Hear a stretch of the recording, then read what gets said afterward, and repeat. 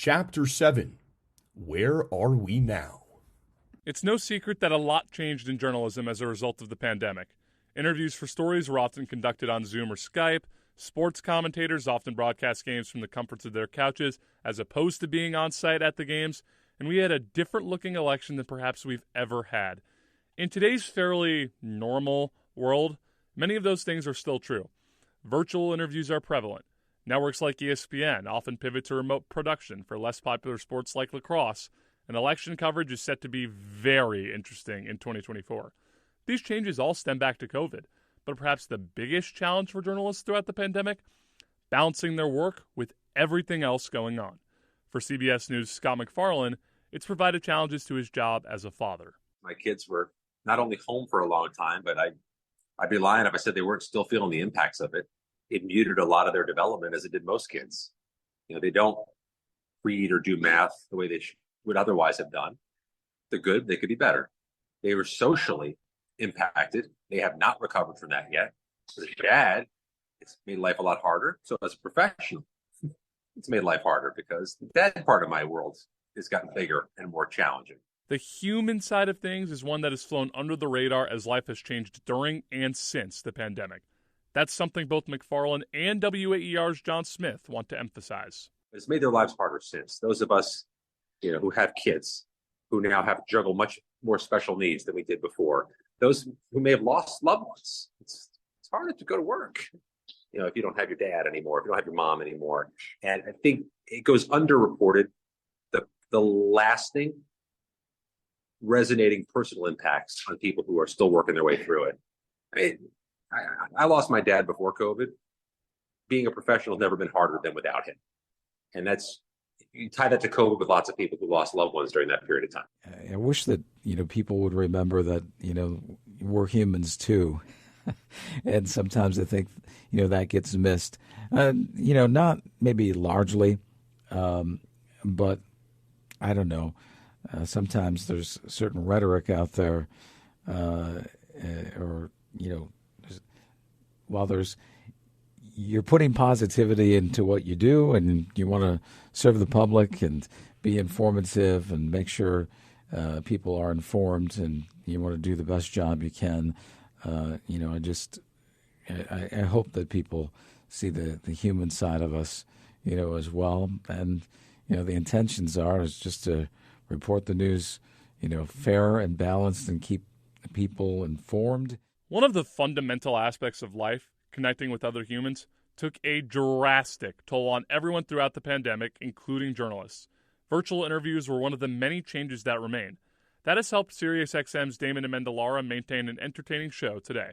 Look, we just did an interview earlier today with Omar Vizquel, former Gold Glove winning infielder of many teams, but specifically the Indians / Guardians of the 90s, and he joined us on Zoom. We had actor and comedian Joel McHale on last week. He joined us on Zoom. Guest interviews now are done over Zoom because everybody during pandemic was forced to download the app, figure it out, and do interviews that way. And so it fast forwarded that transition. Even if talking to people over Zoom still comes in handy from time to time, there's nothing quite like talking to someone in person. That, along with the presence of a sports crowd, is purely normal, something both CNY Central's Tommy Sladek and Amendolara grew to realize amidst the pandemic. It made me appreciate the little things like an in-person interview and how much more I feel like I'm able to connect with the person I'm speaking with, and covering events in person. And from the sports perspective, the impact of the crowd and how much fans make sports great. They're a huge, huge piece. And when you take them away, the game's still there, but something was missing. And the return of that will make me always appreciate it. I do have to remind myself sometimes because at this point, I feel like I'm getting used to it again.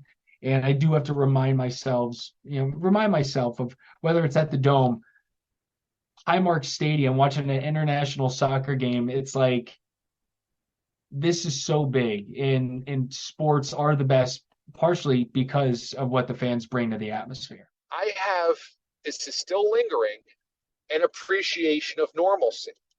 When when the spring training rolls around, I really enjoy that I know spring training starts today, then opening day is on this date, and we finish the regular season on this date and crown a World Series champion.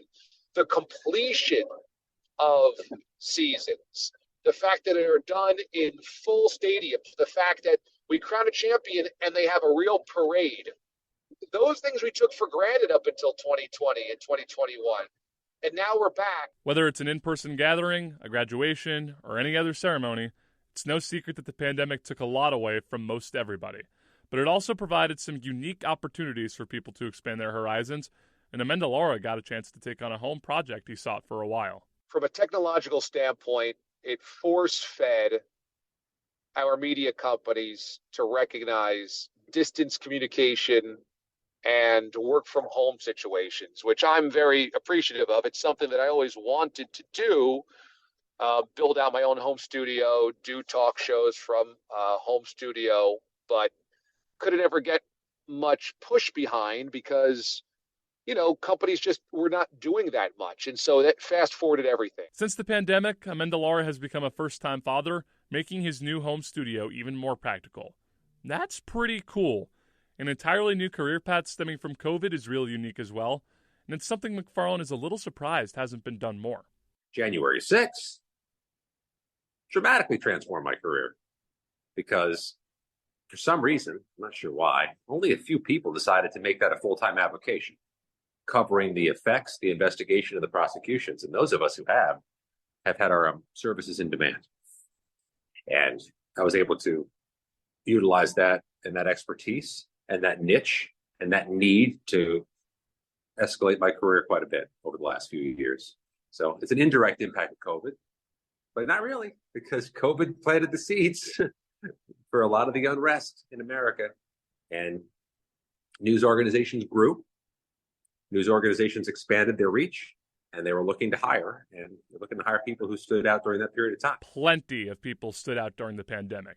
Journalists, being essential workers and subject to constant criticism from political figures, are certainly in that grouping. But Smith's big takeaway from living through COVID has to do with the bonds people create in a journalistic or non-journalistic setting and how special they are. When it all comes down to it, at the end of the day, it's, the human element of everything, our hearts and souls that, we need to enjoy life each day and be thankful that we're here. We lived through something that wasn't very good, that I hope we never have to live through again. And let's hope that there's, amid the many stories that we tell, a lot of human stories out there, good stories to tell, but, all the people around you, just be thankful that we can finally gather and be together, but don't forget what happened in the past. I don't think anybody will ever forget what's happened in the recent past.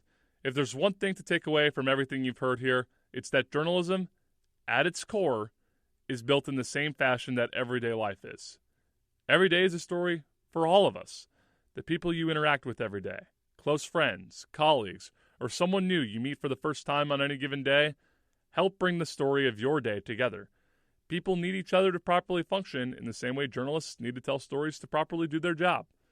When COVID hit, we lost those relationships for a while, and journalistic storytelling looked different than it ever has.